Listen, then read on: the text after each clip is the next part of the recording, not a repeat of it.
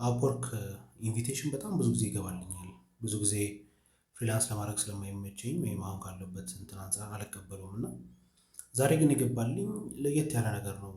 ስራ ላይ ነበርኩኝ። ከስራ ተመልሼ ስልኬን ሳየው ከላይ ኖቲፊኬሽን መጥቶልኛል እና ከዛ በኋላ ኖቲፊኬሽኑን ለማየት ስሞክር ኢንቪቴሽን አይደለም። ምንም ስራ ላይ አፕላይ አላደረኩም ሰሞኑን። ከዛ በኋላ የመጣልኝም ደግሞ ኢንቪቴሽን አይደለም እና ዘን ገባው ሳየው ኦፈር ነው፣ ቀጥታ ኦፈር ነው የተላከልኝ። ከዛ ኦፈሩን ጀስት አየሁት። ሳየው $25 ይላል እና ደግሞ የሚፈልጉት የቲክቶክ ሾርት አይነት ነገር ነው እና ለኢንስታግራም እና ለቲክቶክ ማለት ነው። ዋና ኤማቸው ኢንስታግራም ማሳደግ ነው። አየሁት $25 አሪፍ ነው። ብዙ ስራ ነው የሚፈልጉት በሳምንት ምናምን። ቆንጆ ብር ነው። እኛ ያው አውትሶርስ ስለምናደርግ ቪዲዮ ኤዲቲንግ አውትሶርስ አደርገዋለሁ አልኩኝና ዝም ብዬ አክሰፕት አደረግኩት። ዘን ዘ ፋኒ ቲንግ እሱ አይደለም በጣም የሚገርመው ነገር፣ እሱን አክሰፕት ካደረግኩት በኋላ መጣሁኝና ጀስት ዋዝ ቼኪንግ ኢት። ከዛ ኮንትራክት ዲቴይል ላይ መጥቼ ሳየው በጣም በሚገርም ሁኔታ ለካ $25 በአንድ ስራ ሳይሆን $25 በሰዓት ነው። በሰዓት $25። ከዛ ደግሞ ሚኒመም 10 ሃወርስ እንድሰራ ይጠብቃል ሰውየው። አሁን ላይ ባለው በጣም እናሳድገዋለን ነው እያለኝ ያለው። በጣም የገረመኝ ነገር ስራውን ፖስት አላደረገውም ሰውየው።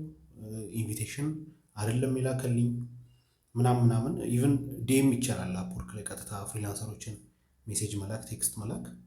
ቴክስትም አይደለም ቀጥታ ኦፈር ነው የገባልኝ እና ኦፈሩን አክሰፕት አደረግኩ። ይተወዝ በጣም እኔ እንደዚህ ገጥሞኝ አያውቅም። እንግዲህ ከ2019 ጀምሮ አፕወርክ ላይ ያለሁኝ ኦልሞስት ላስት 6 ይርስ ማለት ነው። ግን ይሄኛው እንትን በጣም ዩኒክ ነው።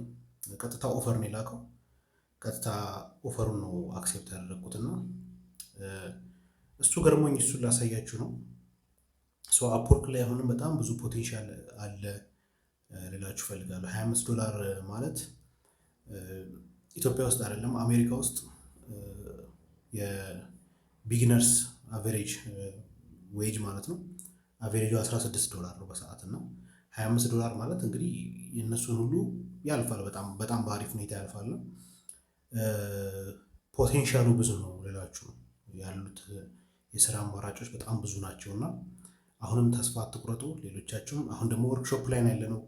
የአፕወርክ ወርክሾፕ የአሁን ዙር ተማሪዎችም እንግዲህ ስራ እያገኙ ያሉ አሉ። ኢንቪቴሽን ኦፈር ምናምን በጣም ብዙ ሰዎች አሪፍ ላይ ነው ያሉት። ገና ፖርትፎሊዮ ቢልዲንግ ላይ ነው ያለነው።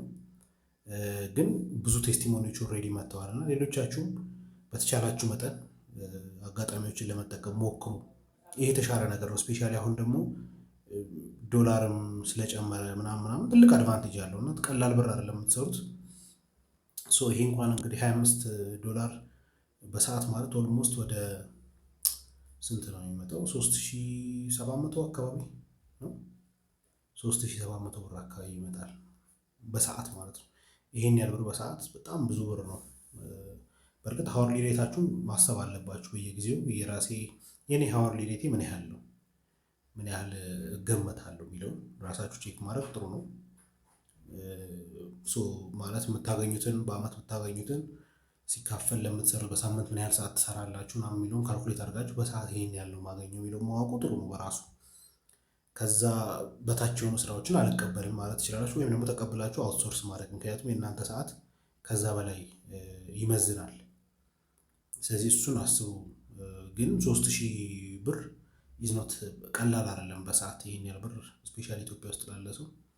ስቲል ይሄንንም ስራ የመጀመሪያዎቹን ሳምንቶች ራሴ ሰራውና 10 ሰዓት ስለሆነ የሚጠብቀው ያን ያህል ከባድ አይደለም። አንዳንድ ቀን እንኳን ትንሽ እንቅልፌን ገፋ አድርጌ 4 ሰዓት ሰራ 8 ሰዓት 2 ሰዓት የሚቀረው ሌላውን ቀለል ያለ ሰዓት ላይ ወይ ጠዋት ላይ ምናምን የጂም ሴሽን ላይ ኩፕል ማድረግ ይቻላል ለጊዜው። ከዛ በኋላ እሱን በደንብ አክሴፕት ካደረግን በኋላ ደግሞ ያው ይሄንንም አውትሶርስ አደርገዋለሁኝ። ይሄ ስለመጣ ጀስት ሼር ላደርጋችሁ ብዬ ነው። እስኪ የተሰማችሁን ነገር ኮሜንት ላይ አሳውቁኝ። የምጠይቁት ጥያቄ ካለ ወይም በአጠቃላይ ያያችሁት ፊድባክ ነገር ካለ ኮሜንት ላይ አሳውቁኝ። ባይ